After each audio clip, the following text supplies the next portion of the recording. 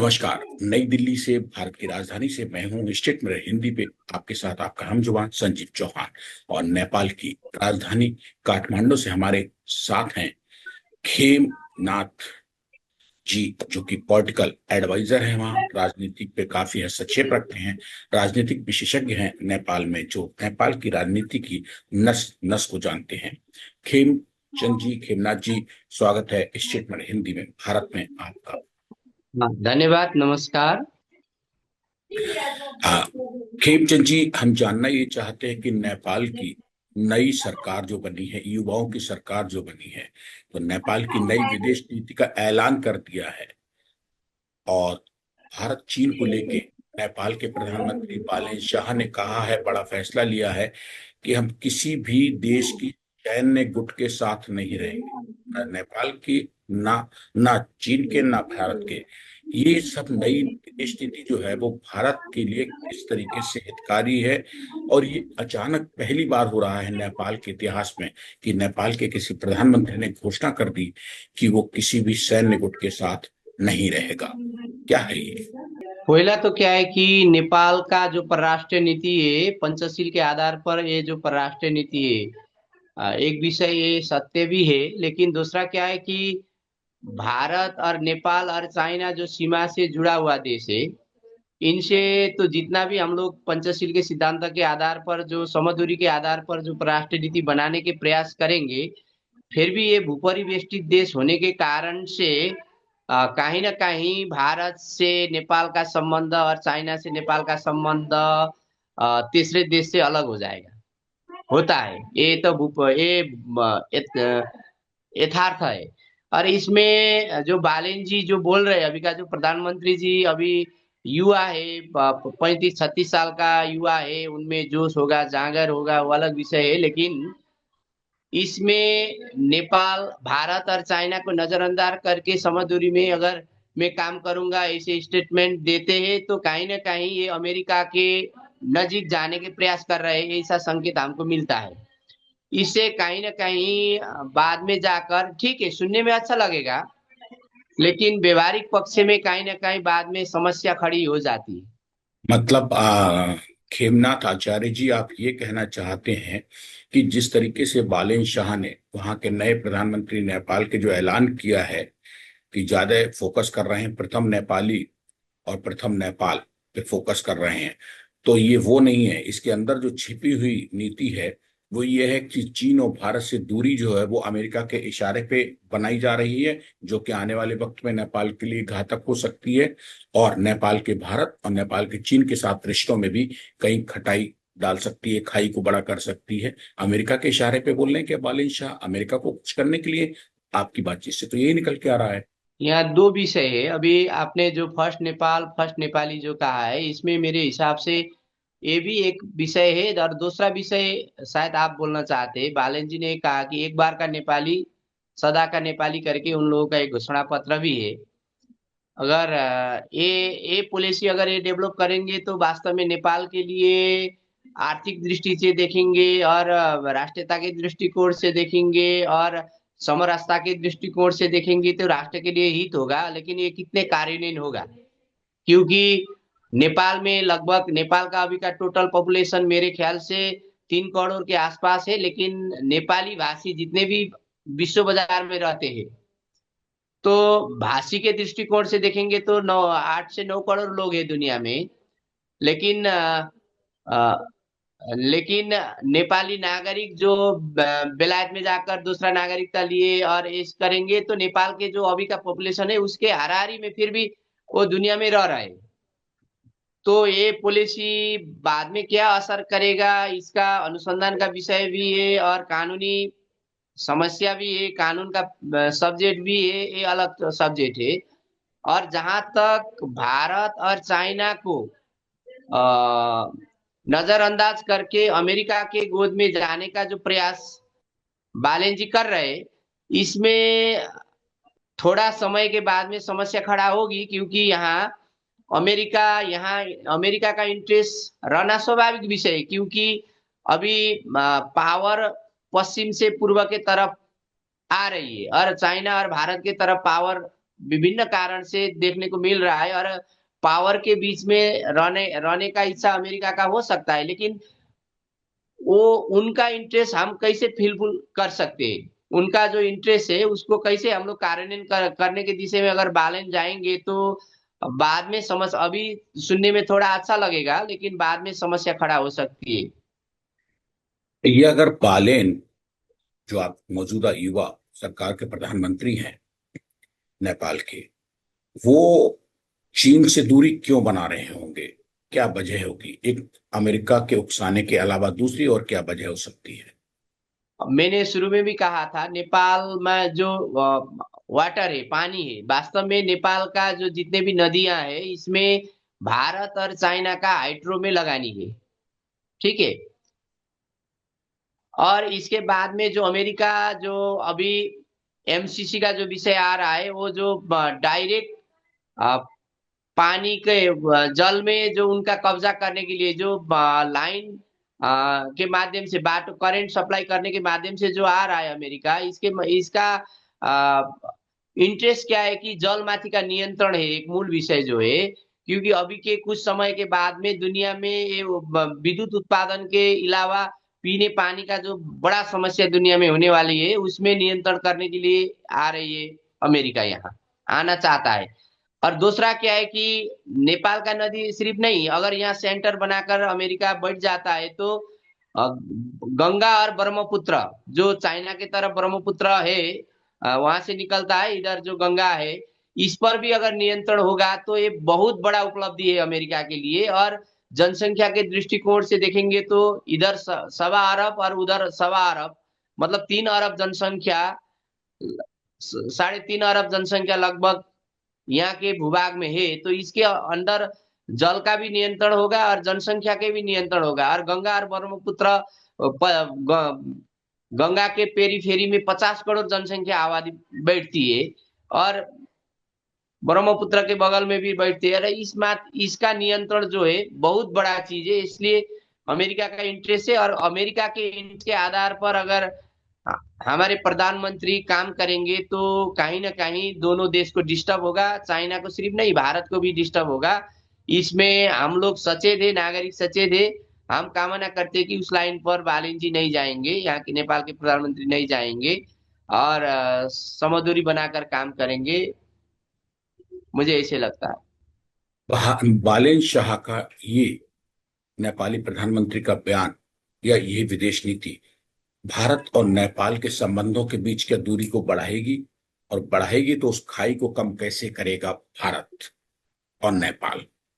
देखिए, जितना भी भारत और नेपाल का दूरी हम लोग बढ़ाने के प्रयास करेंगे, लेकिन व्यवहारिक पक्ष से ऐसा नहीं है ना। ये तो जितना प्रयास करेंगे, भारत से रिलेशन बिगाड़ कर अमेरिका से रिलेशन ठीक करना, पाकिस्तान से रिलेशन ठीक करना एक सैद्धांतिक विषय हो सकती है, लेकिन व्यवहारिक पक्ष से क्या है कि प्राकृतिक रूप से भी कहीं ना कहीं हम भारत से नजीक है, सांस्कृतिक रूप से भी कहीं ना कहीं हम नजीक है, और रोटी बेटी का संबंध भी है हमारा। ये सारा विषय को हम नजरअंदाज नहीं कर सकते है ना। जैसे बंगाल के खाड़ी से बहने वाली हवा यहाँ के पहाड़ में, हिमालय में टकराकर बरसात होती है, और ये सारा सिस्टम प्रकृति लेकर, सांस्कृतिक से लेकर, ऐतिहासिक से लेकर, सारा विषय में कहीं ना कहीं हम लोग नजीक है। इसको कोई भी शासक, कोई भी सत्ता इसको दूरी बढ़ाने के प्रयास करेगा, मुझे ये नहीं लगता है। प्रयास तो करते होंगे बहुत लोग, लेकिन ये सक्सेस नहीं होगा, क्योंकि ये जनता का सरोकार का विषय है, जनजीविका का सरोकार का विषय है, आसपास का विषय, सारा विषय है। इसलिए कहीं ना कहीं जितना भी हम लोग पॉलिसी तीसरे देश से बनाने के प्रयास करेंगे, वो कहीं ना कहीं खटपट हो जाएगी, और बाद में डिस्टर्ब आ जाएगा, और पब्लिक का भी दबाव पड़ेगा। और मेरे ख्याल से बालन जी इसमें सक्सेस नहीं हो पाएंगे, और मेरे ख्याल से इस दिशा में वो नहीं जाएंगे। हल्ला भी हो सकता है, वो भारत से अच्छा रिलेशन बनाकर ही चलना पड़ेगा उनको। क्या आपको लगता है जिस तरीके से आपके यानी कि नेपाल के युवा प्रधानमंत्री, सबसे युवा प्रधानमंत्री अब तक के इतिहास में नेपाल के, बालेन शाह ने जिस तरीके की विदेश नीति लॉन्च की है और कहा है कि नेपाल को बफर स्टेट से बदलकर एक ब्रिज के रूप में बनाना है जो आर्थिक साझेदारी और कनेक्टिविटी को बढ़ावा देगा, लेकिन उसकी आड़ में चीन और भारत से दूर होकर वो नेपाल की गोद में बैठने और अमेरिका की गोद में बैठने जा रहा है नेपाल। क्या अमेरिका अपने पांव पे नेपाल अपने पांव पे खुद कुल्हाड़ी मारेगा चीन और भारत से दूरी बना के? मैंने शुरू में भी कहा है, सबसे पहला तो क्या है कि बालेन जी का जो जोश है, जो उमंग है, हम लोगों का भी सपोर्ट है। अगर नेपाल फर्स्ट नेपाली के नारा को लेकर वो चलेंगे और नेपाल की उन्नति के लिए, जनता को डेवलप करने के लिए, उद्योग धंधा डेवलप करने के लिए, अर्थ नेपाल में भितराने के लिए और सारा चीज के लिए काम करेंगे, राष्ट्र के हित में लिए काम करेंगे, तो हम लोग सारा नेपाल का, हमको नहीं, सारा नेपाली का सपोर्ट उनके साथ रहेगा। और मेरे ख्याल से भारत और चाइना को छोड़कर ये पॉलिसी का ये कार्यान्वयन नहीं कर पाएंगे और इस दिशा में वो सोचे भी नहीं होंगे। ये बोलने का विषय अलग है और काम करने का विषय अलग है। उनका सारा चीज अभी आया भी नहीं है। अभी अभी 1 महीना भी अभी बना नहीं है सरकार, लगभग सिर्फ 1 महीना हुआ है सरकार बना हुआ। तो इसमें इतना ज्यादा अभी डिबेट करने का विषय भी नहीं हुआ है। कम से कम 100 दिन, 90 दिन हनीमून पीरियड बोलते हैं ना सरकार, किसी भी सरकार को, तो उस समय हम विश्लेषण करेंगे डिटेल में। तो लेकिन अभी के लिए ये दूरी बनाकर वो जा नहीं पाएंगे, इसमें प्रयास तो करेंगे। लेकिन एक बात बताइए ना खेमनाथ आचार्य जी, आप तो नेपाल की राजनीति के एकदम पुरोधा हैं, बहुत ज्ञानी हैं, आप जानते हैं, और नेपाल और भारत की राजनीति के बीच जो सामंजस्य है उसको भी आप समझते हैं। आप राजनीतिक नजरिए से मुझे ये तो बताइए कि पीएम जो आपके हैं बालेन शाह, उनका भले ही राजनीतिक जीवन का प्रधानमंत्रित्व काल का अभी आपने कहा हनीमून है, तो जब हनीमून में ही वो इतना उथल पुथल मचा दिए एक बयान देके अपनी विदेश नीति को, और आप बता रहे हैं कि हनीमून के पीरियड में ही वो अमेरिका की गोद में जाने की कोशिश कर रहे हैं चीन और भारत को दूर करके, तो ये बिदक तो शुरू में ही गए हैं। अस्त व्यस्तता तो शुरू में ही आ गई है 1 महीने के अंदर। ये आप तो कह रहे हैं कि इनको अभी कम से कम 1 साल का या 100 दिन का समय दीजिए। 100 दिन में तो पता लगा कहर परप जाएगा। ये तो हनीमून के 1 महीने के अंदर ही काम हो गया है। इतना बड़ा स्टेटमेंट, इस तरीके की विदेश नीति कि चीन को और भारत को सैन्य साझा समझौतों से दूर रखना है, अपना जो भी करेंगे करेंगे, लेकिन सैन्य गठबंधन में नेपाल न चीन के साथ शामिल होगा न भारत के। और आपने एक अंदर की चीज बताई है, ये अमेरिका के इशारे पे हो सकता है। इसमें जैसे मेरा जो कहना है कि पब्लिक का अभी तक का और यहाँ के बुद्धिजीवी का और इंफॉर्मेशन के आधार पर हम बोलेंगे तो पब्लिक क्या कर रही है अभी, कि बालेन का उदय का पीछे ही अमेरिका का हाथ है, ये बोल रहे हैं लोग। ठीक है, जैसे यहाँ जेनजी मूवमेंट हुआ अभी अभी के 1 साल पहले, तो उसमें भी कहीं ना कहीं अमेरिकन यूथ काउंसिल, जो एमएसी के तरफ से यहाँ के लोग को, यूथ को जोड़ने जोड़ने वाला एक मोमेंट था, उसके माध्यम से और बहुत ऐसे ऐसे प्रमाण भी सामने आ गया है। कहीं ना कहीं अमेरिका इसके पीछे था, ऐसे लोग बोल रहे हैं, हम नहीं बोल रहे, ये पब्लिक बोल रही है। तो अ, वास्तव में अमेरिका मूवमेंट करने से लेकर चुनाव कराने के लेकर अभी सरकार बनाने तक इनका पीछे का हाथ अगर में अमेरिका का वास्तविक है, तो वास्तव में नेपाल के लिए दुर्भाग्य है। क्योंकि ये वास्तव में बहुत सूक्ष्म ढंग से विश्लेषण करना पड़ेगा। पहले तो ये भूपरिवेष्टित देश है। एमसीसी यहाँ आना, एसपीपी पास होना, ये वास्तव में कोई, अगर नेपाल और भूपरिवेष्टित देश नहीं होता था, समुद्र से टच हुआ देश होता था और भारत और चाइना के बीच में नहीं होता था, अलग होता था, जैसे जापान जैसा होता था, तो अमेरिका से आप एसपीपी या एमसीसी जो भी योजना लेकर काम कर सकते थे, उसमें कोई समस्या नहीं होती थी, एग्रीमेंट होती थी, वो सारा जाता था। लेकिन दो पावरफुल कंट्री, पॉपुलेशन के दृष्टिकोण से भी देखेंगे तो विश्व के लगभग आधा जनसंख्या ये दो देश में है, और पावर के दृष्टिकोण से भी देखेंगे तो दूसरे और तीसरे पावर के रूप में डेवलप हो रही है। इसके बीच में अमेरिका जो आना चाहती है, बालेन को माध्यम बनाकर नेपाल की भूमि को प्रयोग करके दो देश को मेंटेन करने के लिए जो प्रयास हो रही है, वो वास्तव में नेपाल के लिए समस्या का विषय बन सकती है। इसके लिए हम लोग भी सचेत है। मेरे ख्याल से ये जो पब्लिक का जो अभी तक का भावना है और उनका इंफॉर्मेशन है विद्वानों का, ये गलत हो और नेपाल इस दिशा में न जाए। बालन जी भी युवा है और देश के उन्नति के लिए आगे बढ़े और दोनों देश को ख्याल समझौरी बनाकर तीसरे देश के लिए भी ठीक है। पंचशील के आधार पर नेपाल का बहुत पुराना संबंध है, लेकिन संबंध होने के कारण से हम भारत और चाइना को भी तो समझौरी के आधार पर बराबर दो छिमेकी है ना। लेकिन जितना भी हम लोग प्रयास करेंगे कि चाइना और भारत हमारा दो पड़ोसी है और सीमा सटा हुआ देश है बोलेंगे, तब भी व्यवहारिक रूप से तो कहीं ना कहीं भारतीय जनता से हम नजदीक है। विविध कारण है, मैंने शुरू में बताया। इसलिए इस लाइन पर हम अपेक्षा करेंगे कि बालन जी नहीं जाएंगे, नेपाल के प्रधानमंत्री उस दिशा में नहीं जाएंगे। नेपाल को ध्यान में रखते हुए, नेपाली जनता को ध्यान में रखते हुए नेपाल को परम वैभव में पुराने के लिए काम करेंगे, मेरा ये अपेक्षा है। हेमनाथ आचार्य जी, आप नेपाल की राजनीति के पुरोधा हैं। आप पल पल की, गली गली की नेपाल की राजनीति की नब्ज से वाकिफ हैं, नब्ज आप पकड़े हुए बैठे हैं। सवाल यह है कि नेपाल में जब पिछली साल युवाओं ने बवाल काटा था, आपकी संसद जला दी थी, कुछ नहीं छोड़ा, तबाह कर दिया था अपनों ने अपने नेपाल को अपनों हाथों से आग लगा के, तब भारत और चीन चुप रहे थे, नेपाल जलता रहा।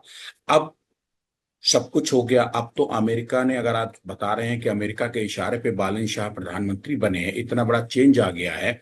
सरकार ही किसी देश की अगर मुल्क की बदल जाती है अमेरिका के इशारे पे, जैसे कि नेपाल में बनी है, तो फिर अब चीन और भारत क्या कर लेंगे? ये तो एक तरीके से सरकार बनाए बैठा अमेरिका। अब तो देर नहीं हो चुकी है? क्या अमेरिका घुस नहीं चुका पूरी तरीके से? भाई, जिस देश की सरकार अमेरिका ने बना दी अपनी मनपसंद की, तो वो देश फिर चीन और भारत से अपने मधुर संबंधों को कैसे पटरी पे लाएगा? ये तो दो विषय है अभी भी कि आपने जो कहा कि आ, अमेरिका के जो प्रत्यक्ष अप्रत्यक्ष जो भी हो, पब्लिक का जो भावना है, पब्लिक का जो अभी के सबका समझ है, उसमें से कहीं ना कहीं अमेरिका इसमें जुड़ा हुआ देखने को मिल रहा है। दूसरा क्या है कि इतना बड़ा नरसंहार हुआ, उसमें यहाँ आयोग भी बनी है, एक कार्की आयोग करके। तो उसने जो रिपोर्ट दिया है, रिपोर्ट में क्या आया कि 23 और 24 का जो गते का जो घटना, 2 दिन का घटना हुआ, 23 और 24 का नेपाली विक्रम संवत के आधार पर। 23 गते जो सरकार के विद्यार्थी लोग जो गए थे सड़क में, उसमें गोली चली थी, उसी दिन का जो सारा रिपोर्ट उसको फोकस करके अभी रिपोर्ट आया है। और 24 में जो नरसंहार हुआ, जो 23 में जो बच्चे लोगों को गोली लगी, तो एक दिन का रिपोर्ट फोकस करके अभी रिपोर्ट आ गया। और 24 में जो जितने भी पार्लियामेंट से लेकर, सिंह दरबार से लेकर, सर्वोच्च अदालत से लेकर गांव गांव में वो जली थी, उसको फोकस करके अभी रिपोर्ट नहीं आया है। और यहाँ राष्ट्रीय मानव अधिकार आयोग है, उसका भी रिपोर्ट आने वाला है और वो रिपोर्ट कैसे कार्यान्वयन होगा वो देखने का विषय भी है। दूसरा क्या है कि अभी बालन जी ने 2-3 विषय ये सरकार ने गलत कर दिया। जैसे किसी भी प्रधानमंत्री को उस समय का 23 गते का तो बाल वाला प्रधानमंत्री था, केपी ओली व्यक्ति नहीं है ना। अभी तक के इतिहास में, नेपाल के इतिहास में, दुनिया में भी ऐसा होगा मेरे ख्याल से। 2077 में जो भारत में इंदिरा गांधी, उस समय इंदिरा गांधी को नियंत्रण में लेने का प्रयास किया था, उस समय वहां भी ऐसा दीर्घकालीन वो कार्यान्वयन नहीं हुआ था। वैसे ही यहाँ तो, वहां तो 6-7 महीने बाद में इंदिरा गांधी को नियंत्रण में लिया था। लेकिन यहाँ तो सरकार गठन होने के 2 दिन बाद में जो प्रधानमंत्री को नियंत्रण में ले लिया, एक ही दिन में आज सरकार गठन हुआ, कल दूसरे दिन इसको नियंत्रण में लेने का निर्णय किया। वो वास्तव में राजनीति, प्रतिशोध और पावर पॉलिटिक्स बोलते हैं ना, उसके हिसाब से इनको नियंत्रण में लिया था। भले ही केपी ओली कम्युनिस्ट हो, भले ही केपी ओली जो भी हो, लेकिन प्रधानमंत्री था ना नेपाल का। तो ये वास्तव में कानूनी राज्य का उल्लंघन था। तो ये ज्यादा समय टिक नहीं पाए, अभी छोड़ना पड़ा। अदालत, सर्वोच्च अदालत ने फैसला ले लिया है, छोड़ना पड़ा। और इनका जो गतिविधि देखते विवादास्पद है। जैसे अभी मुझे हिंदी में थोड़ा बोलने में डिस्टर्ब आ रही है, क्योंकि अभी का जितने भी प्रधान यहाँ के मंत्री लोगों का संपत्ति विवरण सार्वजनिक हुआ, उसमें से 200 तोला से कम किसी का सोना देखता ही नहीं मिलता है भाई। मैं तो चकित हूँ। यहाँ अगर 200 बीघा 200 बीघा 100 बीघा 50 बीघा जमीन होने वाला बड़ा बड़ा जमींदार भी अ, जमींदार के घर में भी 50 तोला से ऊपर सोना नहीं होता है यहाँ नेपाल में। इनके ये जितने भी मंत्री लोग हो गए, मुझे हंसी आ रही है, इंटरव्यू में ऐसे नहीं बोलना चाहिए, कि 200 तोला से ऊपर है सबका सोना। ये जो गृह मंत्री अभी हुआ है सुदन गुरुङ, ये 33 38 साल का लड़का है। अब एक एनजीओ में काम कर रहा था, तो इनके पहाड़ है वहां दूर दराज में, गोरखा में। उनका पैतृक संपत्ति 50 लाख का नहीं है, लेकिन इनका अभी क्या देखा रहा है कि कम से कम 200 300 अरब का संपत्ति दिखा रहा है। जैसे चितौन जैसा बड़ा शहर है, वहां बहुत महंगा है, उसमें 21 कट्ठा जमीन दिखा रहा है। धरान में वैसा दिखा रहा है, 200 तोला सोना दिखा रहा है। कहाँ से आ गया ये? स्रोत नहीं खुलाना पड़ता है। तो ये जो बहुत विषय ऐसा है कि पब्लिक अभी नहीं समझ पाती है, क्योंकि अब एक एक लहर चली थी। उस लहर में अभी कोई ये विषय उनके विरुद्ध में सुनने वाले लोग भी नहीं है, लेकिन वास्तविकता बहुत अलग है। और ये देश को किधर जा सकती है अभी देखने, इसलिए मैंने कहा कि अभी थोड़ा इंतजार करना पड़ेगा। कहाँ तक पहुंचेगी ये? बहुत कानून आ रही है, बहुत लोग ये संशोधन कर रहे हैं। नेपाल के कानून को, संविधान को भी संशोधन करने का विषय आ रही है, इसलिए थोड़ा धैर्य करके देखना पड़ेगा। एक मुझे तो ये भी लग रहा है कि डेमोक्रेसी को ही समाप्त तो नहीं कर पाएंगे ये लोग। मतलब आप ये कहना चाहते हैं इसलिए कि बहुत बहुत भी बड़ा विषय यहाँ देखने को मिल रहा है, इसलिए थोड़ा इंतजार करके देखना पड़ेगा। हम तो यही चाहते हैं कि बालन जी से अच्छा संबंध हो, क्योंकि हम तो हिंदू है, हम तो सनातनी है, और नेपाल का आइडेंटिटी भी हिंदुत्व है। और बाहर से देखेंगे तो बालन जी अगले प्रधानमंत्री से थोड़ा अच्छा देख, पब्लिक के सेंटिमेंट को कैश करने वाले देख रहे हैं। अगर व्यवहार में ऐसे हो तो हमको उनको हम समर्थन है, बड़ो बहुत बड़ा साधुवाद है। क्योंकि एक पंडित को, भिक्षु को अगर आकर शपथ ग्रहण कर लिया है, और मठ मंदिर का भी दर्शन कर रहे हैं। अगर पब्लिक, नेपाल तो सनातनी भूमि है और देव भूमि है, और इस लाइन पर उनका व्यवहार और जो आंतरिक रणनीति वो भी यही दिशा पर जाएंगे, तो हमारा पूरा सपोर्ट है। लेकिन अगर इसको कैश करके, अगर कहीं ना कहीं तीसरे कंट्री को यहाँ ले आकर और दोनों देश में भिड़ाकर नेपाल को रण मैदान बनाने की लाइन पर अगर बालन जी जाएंगे, तो हम सड़क पे जाएंगे और जनता सड़क में आएगी, और ज्यादा दिन ये सरकार टिकेगा नहीं, अगर गलत नियत है तो। अब मुझे आप एक बात तो बताइए, जब अमेरिका ने सरकार ही बदल दी, खून खराबा करा के देश का प्रधानमंत्री नेपाल का अपनी पसंद का, हुकूमत अपनी पसंद की बना ली है, तो आगे अमेरिका इनको फोकट में थोड़ी बनाएगा, कोई दहेज में थोड़ी बना रहा है। सरकार अपने स्वार्थ सिद्धि के लिए बना रहा है। अब ऐसी स्थिति में सीधी सी बात है, जब नेपाल की सरकार ही अमेरिका की हो गई है, तो अमेरिका को आप घुसने से कैसे रोक लेंगे? लड़ती रहे जनता, मरती रहे जनता, चीखता रहे चीन, दहाड़ता रहे भारत, क्या होगा उससे? नहीं, मैं तो अमेरिका ने सरकार बनाया नहीं बोल रहा हूँ, लेकिन पब्लिक ऐसे बोल रही है और रिपोर्ट ऐसे आ रही है। ये मेरा व्यक्तिगत विषय नहीं है। जैसे नेपाल के इतिहास में पहले बार जब ये जो जेनजी मूवमेंट के बाद में जो सुशीला कार्की के अध्यक्षता में जो सरकार बनी थी, प्रधानमंत्री सुशीला कार्की के, उनको समर्थन प्रवासी जो तिब्बतियन धर्मगुरु जो दलाई लामा जी, उनका शुभकामना आया था, जो पहले बार नेपाल के इतिहास में ऐसा आ गया।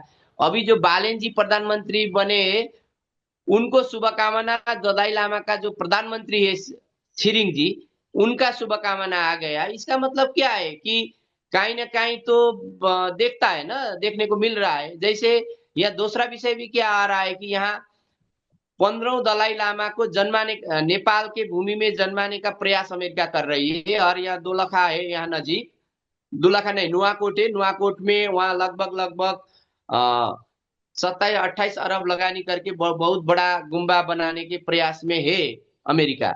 ऐसे को सुनने को मिल रहा है। अगर इस दिशा में अगर देश जा रही है, तो नेपाल द्वंद्व में जाएगी। द्वंद्व में जाएगी तो नेपाल थोड़ी द्वंद्व में जाएगा, भारत को भी असर पड़ेगा, चाइना को भी असर पड़ेगा। उस समय तो थोड़ी नेपाल को शिव का देश है, पशुपतिनाथ का देश है, हमको कुछ नहीं करना है करके ऐसे हाथ में हाथ बांध कर थोड़ी बैठेगा छिमेकी। इसलिए बालन जी इस दिशा में नहीं जाएंगे, फिर भी मेरा अपेक्षा है, लेकिन तथ्य और आधार इस दिशा पर देखने को मिल रही है।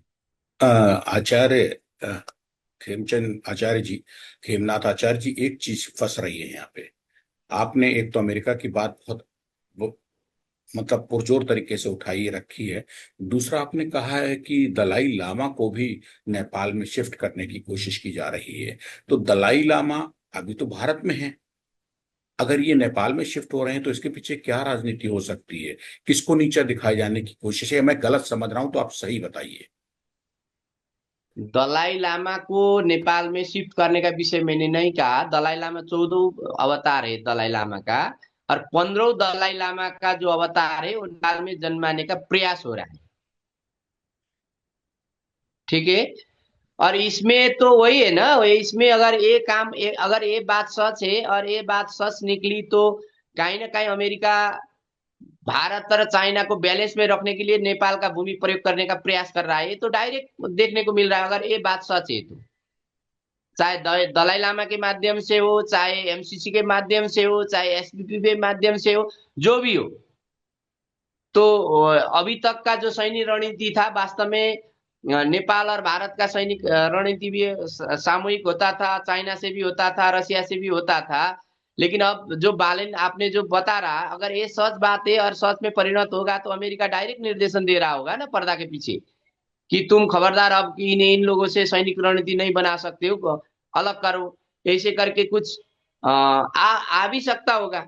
तो इसमें इसलिए मैंने कहा कि कम से कम 100 दिन इनको काम देखना पड़ेगा, और इनका नीति और इनका विजन और इनका कार्य दिशा प्रष्ट देखने को मिलेगा। अभी तो 1 महीना हो रही है, ज्यादा समय भी नहीं हुआ है, 1 महीना भी पहुंचा नहीं है अभी। अभी जी। लगभग अभी 13 गते, यानी आज 4 गते, मतलब अभी भी 8-9 दिन बाकी है 1 महीना पहुंचने के लिए भी।